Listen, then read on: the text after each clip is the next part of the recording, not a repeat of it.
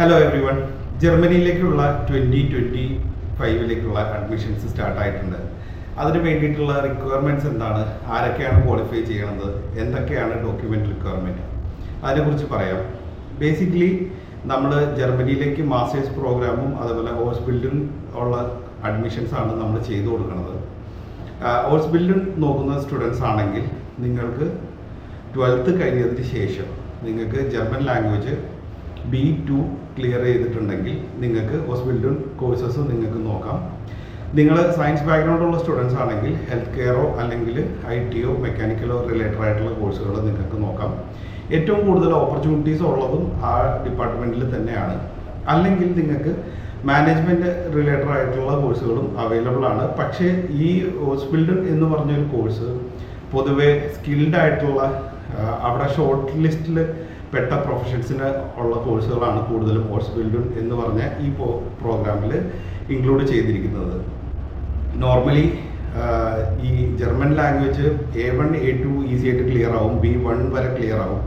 B2 clear ആയി കിട്ടാനാണ് ഒരുപാട് ടൈം എടുക്കുന്നത്. അതുകൊണ്ട് തന്നെ +2 കഴിഞ്ഞ സ്റ്റുഡൻസ് അവർക്കൊരു നിശ്ചിത ടൈമിനുള്ള ഒരു 1 ഇയറിനുള്ളൊക്കെ ക്ലിയർ ചെയ്യാൻ പറ്റിയില്ല എന്നുണ്ടെങ്കിൽ അവർ പുറത്തോട്ട് പോയി പുറത്ത് തന്നെ പഠിക്കണം എന്ന് നിർബന്ധമുള്ള സ്റ്റുഡൻസ് ആണെങ്കിൽ മാക്സിമം അതിനുശേഷവും സ്കോർ ചെയ്യാൻ പറ്റിയില്ല എന്നുണ്ടെങ്കിൽ അവർ മറ്റൊരു കൺട്രി എത്രയും പെട്ടെന്ന് ചൂസ് ചെയ്ത് അതിൽ പഠിക്കുക, അത് പുറത്ത് പോയി പഠിക്കുക എന്നുള്ളതാണ് എൻ്റെ ഒരു സജഷൻ. കാരണം 1 ഇയറിന് മേളിൽ 12th ശേഷം ഗ്യാപ്പ് വന്നാൽ പൊതുവേ അതിൻ്റെ ജസ്റ്റിഫിക്കേഷൻ ചോദിക്കാൻ സാധ്യതയുണ്ട്. അപ്പോൾ അങ്ങനെ ജസ്റ്റിഫിക്കേഷൻ ചോദിക്കുന്ന സമയത്ത് നമുക്ക് ആ ജസ്റ്റിഫിക്കേഷൻ കൊടുക്കാൻ പറ്റിയില്ല. കാരണം നോർമലി നമ്മൾ ലാംഗ്വേജ് പഠിക്കാൻ പോയി എന്ന് ഉള്ളത് ഒരു ജസ്റ്റിഫിക്കേഷനായിട്ട് പൊതുവേ എടുക്കാൻ സാധ്യതയില്ല. അപ്പോൾ അതല്ലെങ്കിൽ നമ്മൾ പിന്നെ എന്തെങ്കിലും ഒരു ക്രാഷ് കോഴ്സ് ചെയ്തു, അതിനുശേഷം വർക്ക് ചെയ്തു എന്നുള്ള സർട്ടിഫിക്കേഷൻ വെച്ചിട്ടാണ് നമുക്ക് മറ്റ് രാജ്യങ്ങളിൽ അപ്ലൈ ചെയ്യാൻ പറ്റുള്ളൂ. അപ്പോൾ ആ ഒരു ഇഷ്യൂ ഒഴിവാക്കാൻ വേണ്ടിയിട്ട് മാക്സിമം നേരത്തെ സ്കോർ എടുക്കുക. ഇനി സ്കോർ എടുക്കാൻ പറ്റിയില്ല എന്നുണ്ടെങ്കിൽ മറ്റേതെങ്കിലും ഒരു കൺട്രി ഓപ്റ്റ് ചെയ്യുക. അതാണ് എൻ്റെ പേഴ്സണൽ സജഷൻ. ഓഴ്സ് ബിൽഡർ എടുക്കാൻ താല്പര്യമുള്ള സ്റ്റുഡൻസിനാണെങ്കിൽ അവരുടെ ഈ B2 ക്ലിയർ ആയിട്ടുള്ള സ്റ്റുഡൻസ് ആണെങ്കിൽ നമുക്ക് അവരുടെ അഡ്മിഷൻസ് ഓവർസീസ് ചെയ്ത് കൊടുക്കാം. ഇനി മാസ്റ്റേഴ്സ് എടുക്കാൻ താല്പര്യപ്പെടുന്ന സ്റ്റുഡൻസ് ആണെങ്കിൽ അവർക്ക് ഓൾമോസ്റ്റ് എല്ലാ ഫീൽഡിലും മാസ്റ്റേഴ്സ് അവൈലബിൾ ആണ് ജർമ്മനിയിൽ. ബേസിക്കലി ഒന്നല്ലെങ്കിൽ B1 B2 അല്ലെങ്കിൽ IELTS-ന് ഇൻഡിവിജ്വൽ 6 5.5ഉം ആക്സെപ്റ്റ് ചെയ്യുന്ന ഇൻസ്റ്റിറ്റ്യൂഷൻസ് ഉണ്ട്. പക്ഷേ ഇൻഡിവിജ്വൽ 6 ആണ് നമ്മളുടെ റെക്കമെൻഡഡ് ആയിട്ടുള്ള സ്കോർ. അതും ചില ഇൻസ്റ്റിറ്റ്യൂഷൻ ചിലപ്പോൾ A1 ചോദിക്കാം നമ്മളുടെ അഡ്മിഷൻ്റെ ടൈമിൽ.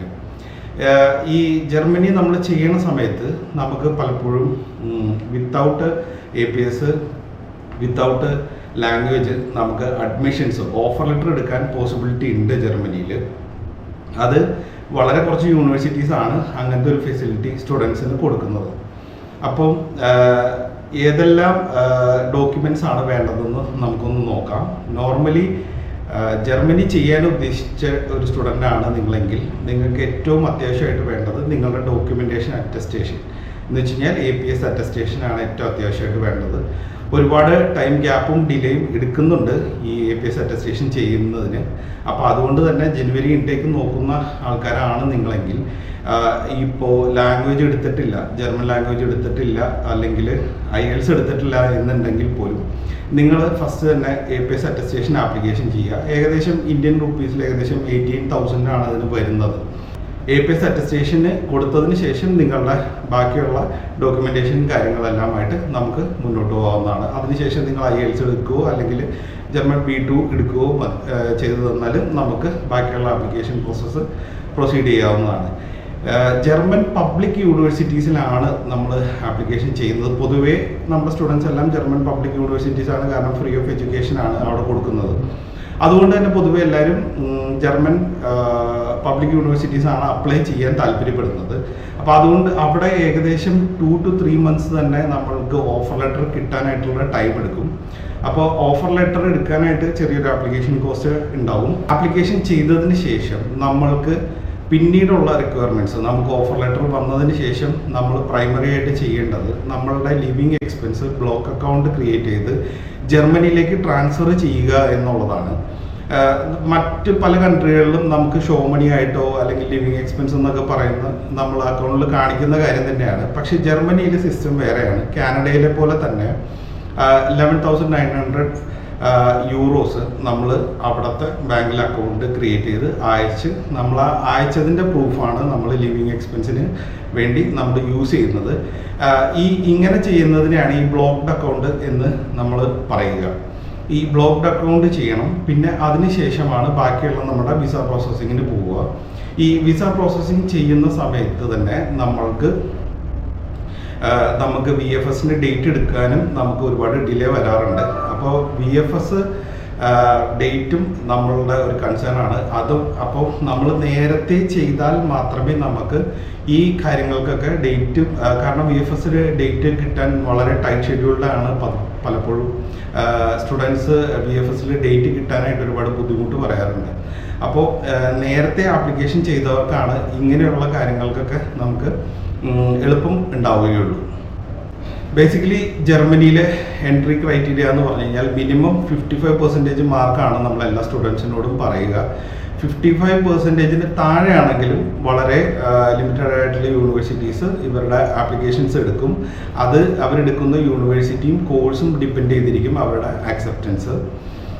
അതുപോലെ ജർമ്മനി ചെയ്യുന്ന സമയത്ത് മറ്റൊരു കാര്യം എപ്പോഴും ചോദിക്കുന്നത് നമുക്ക് അക്കോമഡേഷൻ എങ്ങനെയാണ് ജർമ്മനിയിൽ എടുക്കുക എന്നുള്ളതാണ്. ഓൾമോസ്റ്റ് മെയിൻ സിറ്റീസിലൊക്കെ ആണെങ്കിൽ യൂണിവേഴ്സിറ്റീസിന് തന്നെ അവരുടേതായ അക്കോമഡേഷൻ ഫെസിലിറ്റീസ് ഉണ്ട്. അല്ലെങ്കിൽ അവിടെ പ്രൈവറ്റ് ആയിട്ട് അക്കോമഡേഷൻ കൊടുക്കുന്ന പല ഏജൻസീസും ഉണ്ട്. ഇനി അതുപോലെ തന്നെ പല ഇന്ത്യൻ മലയാളി ഫാമിലീസും അവർക്ക് ഷെയറിംഗ് അക്കോമഡേഷൻ കൊടുക്കുന്നുണ്ട്. അപ്പോൾ നമ്മൾ വഴി പ്രോസസ്സ് ചെയ്യുന്ന സമയത്ത് നമുക്ക് ഈ കാര്യങ്ങൾക്കൊക്കെ അസിസ്റ്റൻസും അതുപോലെ തന്നെ എയർപോർട്ട് പിക്കപ്പ് തുടങ്ങിയ കാര്യങ്ങൾക്കൊക്കെ നമുക്ക് അസിസ്റ്റൻസ് കൊടുക്കാൻ പറ്റും. മറ്റൊരു കാര്യം എന്ന് പറഞ്ഞു കഴിഞ്ഞാൽ ജർമ്മനിയിൽ പ്രൈവറ്റ് ഇൻസ്റ്റിറ്റ്യൂഷൻസും ഉണ്ട്. പ്രൈവറ്റ് ഇൻസ്റ്റിറ്റ്യൂഷൻസിൽ നിന്ന് നമുക്ക് ഓഫർ ലെറ്റർ കിട്ടാൻ വളരെ എളുപ്പമാണ്. വിത്തിൻ 48 വർക്കിംഗ് അവേഴ്സൊക്കെ നമുക്ക് ഓഫർ ലെറ്റർ എടുക്കാം. പക്ഷേ അവരുടെ ഫീസ് ആപ്ലിക്കബിൾ ആണ്. ഇനി മറ്റുള്ള മാസ്റ്റേഴ്സ് പ്രോഗ്രാം നമ്മൾ ജർമ്മനിയിൽ ചെയ്യുമ്പോഴും ജർമ്മനിയിൽ അവിടെ നമ്മൾ ഫ്രീ ഓഫ് കോസ്റ്റ് എഡ്യൂക്കേഷനാണ് എന്ന് പറഞ്ഞാൽ പോലും ജർമ്മനിയിൽ നമുക്ക് എക്സാമിന് സെമസ്റ്റർ ഫീസ് എന്ന് പറഞ്ഞ ഒരു കാര്യം നമുക്ക് ആപ്ലിക്കബിൾ ആണ്. എക്സാം ഫീസ് ആപ്ലിക്കബിൾ ആണ്. വളരെ ചെറിയൊരു എമൗണ്ട് ആണ് അത് വരാറ്. അതൊരു കോൺട്രിബ്യൂഷൻ പോലെയാണ്. കാരണം നമ്മൾ കോഴ്സ് പഠിക്കാൻ ഉള്ള കാര്യങ്ങളെല്ലാം നമുക്ക് ഫ്രീ ആണ്. പക്ഷേ നമ്മളുടെ എക്സാംസിന് ഓഫ് കോഴ്സ് നമ്മൾ ഫീസ് പേ ചെയ്തേ പറ്റുള്ളൂ. അപ്പോൾ അത് വൺസ് അവിടെ ചെന്നതിന് ശേഷം നിങ്ങൾക്ക് സെമസ്റ്റർ വൈസ് അത് ആപ്ലിക്കബിൾ ആയിട്ട് വരും. ജർമ്മനിയിൽ after completion of the programme up to 18 months ആണ് നമുക്ക് സ്റ്റേ ബാക്ക് കിട്ടുക. ഈ സ്റ്റേ ബാക്ക് കിട്ടിയതിന് ശേഷം നമുക്ക് അവിടെ ഒരു വർക്ക് കണ്ടുപിടിക്കുകയോ അല്ലെങ്കിൽ മറ്റൊരു യൂറോപ്യൻ കൺട്രിയിൽ പോയിട്ട് വർക്ക് കണ്ടുപിടിക്കുകയോ ചെയ്യാം.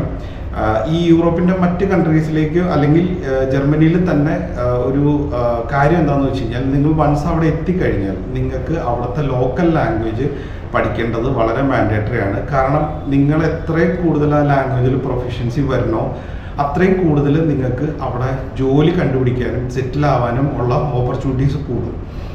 നമ്മളുടെ ഇവിടുന്ന് പലപ്പോഴും പോകുന്ന students English taught language courses ആണ് ചൂസ് ചെയ്യാറ്.